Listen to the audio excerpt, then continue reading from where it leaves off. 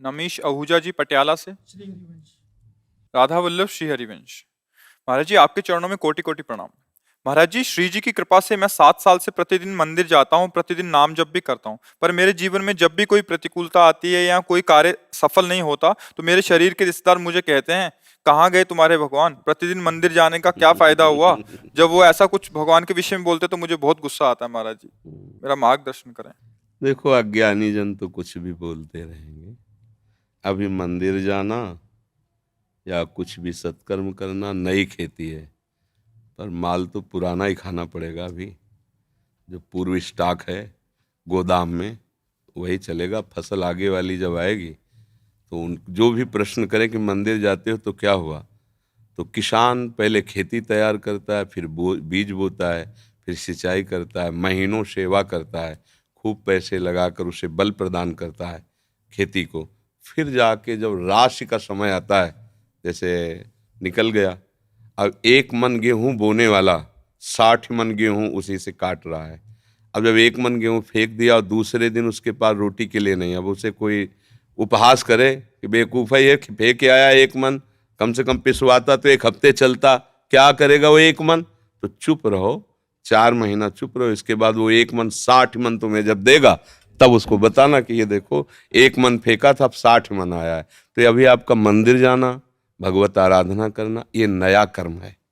ये जब फलीभूत होगा तब तक पता नहीं वो देखने वाले रहें कि ना रहें क्योंकि कोई भी खेती तत्काल नहीं होती ना। तो इसलिए बच्चा, ये सत्कार्य है। सत्कार्य कभी व्यर्थ नहीं होता। जब असत कार्य नहीं बिना दंड दिए रहता तो सत्कार्य तुम्हें मंगल किए बिना कैसे रह सकता है। हाँ, ये जरूर है कि पूर्व जन्म के हमारे कुछ ऐसे कर्म हैं जो हमें भोगने ही पड़ेंगे। हाँ, तो इसमें कभी भगवान पे अश्रद्धा न करे। हाँ, उसको जैसे हम कई बार सत्संग में सुनाया है, उदाहरण से बात समझ में आ जाती है। 1-2 मित्र थे, स्कूल में साथ पढ़ते थे। जब थोड़े सयाने हुए तो एक गलत मार्ग में चला गया। धनी घर का था, शराब पीना, वैश्यागमन करना, जुआ खेलना, बस ऊट पटांग गनत। और एक था गरीब घर का था, वो गंगा नहाना, नाम जप करना, मंदिर जाना, ऐसे शुरू कर दिया। अब जो जिस मार्ग में चलता उसमें उसकी और बढ़ोतरी होती, वो और गंदा, ये और भगत। तो इसने ब्याह भी नहीं किया, नाम जप, और वो तो मतलब जितनी गंदगी। एक दिन दोनों मित्रों की मिलान हो रही थी, वो उधर से आ रहा था और ये इधर गंगा नहा के नाम जप करते हुए जा रहे थे। तो जे देखा मित्र से इतना बड़ा खजूर, खजूर काटा होता ना, इतना बड़ा काटा पार कर गया। वो भगवान का नाम लेते हुए बैठ गए और वो लॉन्ग बूट पहने हुए नशे में एकदम। बोले, देख लिया तेरे भगवान ने क्या किया, पूरा जीवन हो गया ना गंगा नहाते हुए, अब क्या, देख देख मेरे पास वैभव, क्या कमी है। लोग जहाँ जाते हैं 4 लोग आओ आओ बैठते हैं, मौज मस्ती, कहते थे हमारे साथ रहे, मौज मस्ती में रहेगा। अब इतना कह के तो चला गया। 4 कदम बढ़ने पर उसको एक अटैची मिली जिसमें हीरे थे। लौट के फिर आए, बोले, देख रहे तेरे कांटा लगाओ मेरे ही। अब तो उसका विश्वास नष्ट हो गया कि यार मतलब वास्तविक कुछ रहे ये सब, गंगा नहाना है सब, चला गया। इतने में जब किसी का विश्वास टूटता है तो भगवान उसको, जैसे आपको यहाँ भेज दिया, या भगवान स्वयं समझा देंगे, क्योंकि विश्वास भगवान पे किया ना तो वही समझा, ये ड्यूटी है उनकी, वो समझा देते। कोई ऐसा शास्त्र पढ़वा देंगे, कोई प्रवचन सुनवा देंगे, अच्छा ऐसा आपके या अंदर ही विवेक जागृत, ये उनके हाथ का बात है, वो क्या करते हैं। भगवान एक ब्राह्मण के रूप में वयोवृद्ध तपस्वी, अरे बेटा तुम्हारे कांटा लग गया क्या, राम राम। बोले, नाम मत लो, पूरा जीवन हो गया नाम लेते हुए, हमको क्या मिला। वो हमारा मित्र है, शराब पीता, व्यभिचार करता है, नाना प्रकार के, और देखो उसे अटैची में, यहाँ भोजन की व्यवस्था नहीं, पूरा जीवन हो गए। बोले, पहले कांटा निकाल लेने दो। भगवान थे, सर से कोई पीड़ा नहीं। कहा, बेटा तुम देखना चाहते हो कि उसको ऐसा क्यों है, तुम्हें ऐसा क्यों है। तो जैसे टीवी चल दे ना सीरियल, ये देखो, चिप लगा दे तो पूरा सीन, और उसको पूर्व जन्म का सीन दिखाई देने लगा कि ऐसा भयानक पापाचरण पूर्व जन्म किया था, इस जन्म में इसी क्षण सूली की सजा मिलनी थी। उससे पूर्व में राजा लोग सूली की सजा देते थे। सूली के एक भाले जैसा यंत्र, ऊपर से जाके छोड़ दो, गुदा द्वार में ऐसे घुस जाए, वो तड़पता हुआ कितने घंटों में, मतलब बहुत बुरी मृत्यु, बहुत बुरी मृत्यु, जैसे क्रूश की सजा, गाड़, बहुत बुरी मृत्यु। वो तुम्हारे इस भजन के प्रभाव से सारे पाप नष्ट हो गए, एक खजूर के कांटे में निकल गया।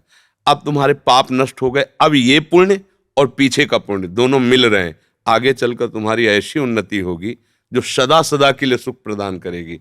और इसका पूर्व जन्म का इतना पुण्य था कि इस समय इस प्रांत का ये राजा होता, पर इसने व्यभिचार करके पाप करके सारे पुण्य नष्ट कर दिए।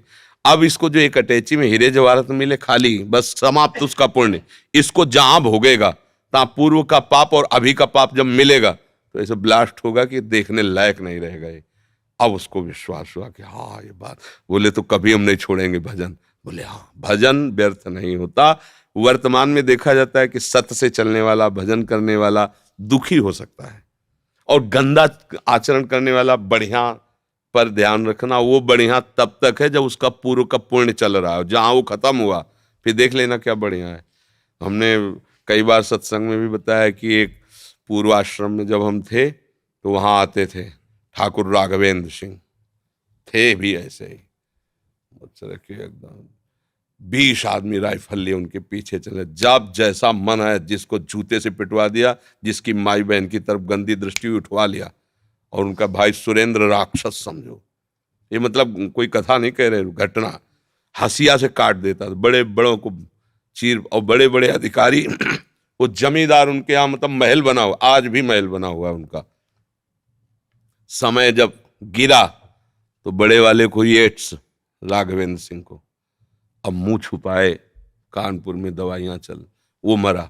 जो ही मरा तो विरोधी जनों ने चील की तरह छोटे वाले को नोच डाला, वो मरा। अब सारी जागीर में केवल बहुएं, वो भी खेत नहीं जुत सकते क्योंकि हजारों को पीड़ा दी थी ना। परती पड़े, परती माने कोई जमीन में अन्न नहीं उपजा सकता, खाने को दुर्लभ है, कोठी में रहते हैं, कोई सहयोग करने आ गए ना।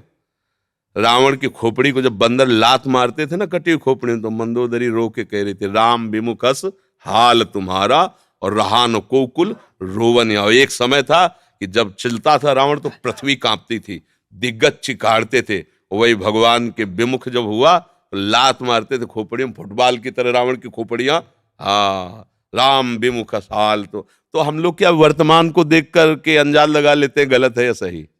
वर्तमान में सही चल रहा है पर बार बार उसको धोखा खाना पड़ रहा है तो लगता है सही कहाँ है, गलत चल रहा है। और वर्तमान में गलत चल रहा है, बार बार उसकी प्रोग्रेस उन्नति होती चली जा रही, ये मार्ग सही नहीं, नहीं भूल नहीं। सत मार्ग कभी गलत नहीं हो सकता और गलत मार्ग कभी सत्य नहीं हो सकता, और सत्य की कभी पराजय नहीं है। थोड़े दिन देखो, पांडवों को वनवास हुआ लेकिन हस्तिनापुर का चक्रवर्ती सम्राट का अभिषेक महाराज युधिष्ठिर को ही हुआ, काट के फेंक देंगे पूरा परिवार कौरवों का, है ना। थोड़ी दिन के लिए दुर्योधन दुशासन ये सब फूल रहे थे, वो बेचारे कष्ट पा रहे थे वन में, लेकिन परिणाम भगवान श्री कृष्ण और धर्म जिसकी तरफ है, जय उसी। तो थोड़े दिन कष्ट मिलना कोई मतलब बुरी बात नहीं, परिणाम बढ़िया हो ये बात देखें। थोड़े दिन मौज मस्ती हो, परिणाम तो फिर परिणाम। अब मौजे मस्ती में तो जेलें भरी हैं, ये जेल काहे भरी है, यही भरी है। बुद्धि भ्रष्ट हो गई, गलती कर दी, आजीवन सजा, आजीवन कारावास। भैया कभी अपने विश्वास को विचलित मत होने देना, है ना।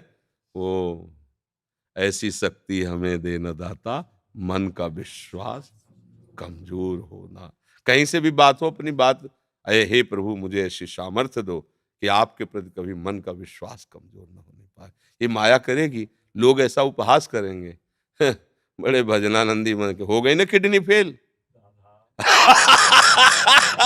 दूसरे के लिए बपली कह रहे, हो गई ना किडनी फेल क्या। अब ये प्रोग्राम पीछे का चल रहा है नहीं? हमारी नई खेती है, ये देख लो नई खेती है। आप नौजवान राधा राधा ऑफिसर रैंक के लोग नौकरी छोड़कर बाबा जी बने बैठे, ये हमारी कमाई है और ये हमारे पीछे की कमाई है। पूर्व जन्म का कोई पाप, माँ के गर्भ से ही ऐसी रचना की किडनी की कि अब जाकर कोई फेल हो गई। ये गर्भ से ही होता है, पॉलिसिस्टिक किडनी डिजीज, ये एक रोग होता है जो माँ के गर्भ से इसकी रचना होती है, ये वंशानुगत आता है। तो किसी के कहने से क्या है भाई, सब संसार में अपने अपने मन से चल रहे हैं, वो कुछ भी बोल सकते, भगवान को गाली दे सकते हैं, ले भगवान को गाली दे, तो किसी के मुंह में नहीं लगना, अपनी बात समझना है। बड़े भाग्यशाली हो जो तुम मंदिर जाते हो धर्म भाव में। शराब तो नहीं पीते होगे? हाँ, पीना भी ले, हाँ कोई भी दशा, ठीक।